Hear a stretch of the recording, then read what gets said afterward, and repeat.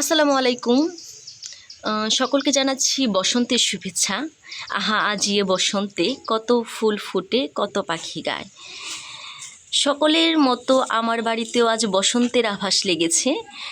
গাছে গাছে ফুল ফুটতে শুরু করেছে, কিছু লাল লাল কাটামুকুট ফুটেছে। এদিকটায় আমরা দেখতে পাচ্ছি কিছু, এগুলোও কাটামুকুটের মধ্যেই পড়ে। আমি জানি না আপনারা এগুলোকে কীভাবে সম্বোধন করেন, তবে আমার জানা মতে এটাও কাটামুকুট। এটা গোলাপি কালার।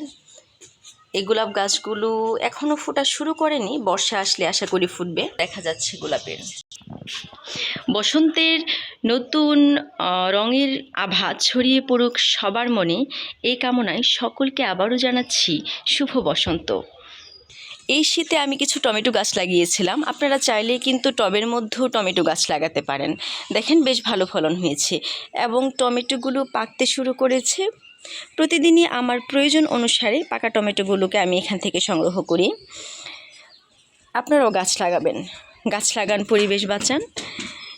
আমরা এই নীতিতে বিশ্বাসী হই।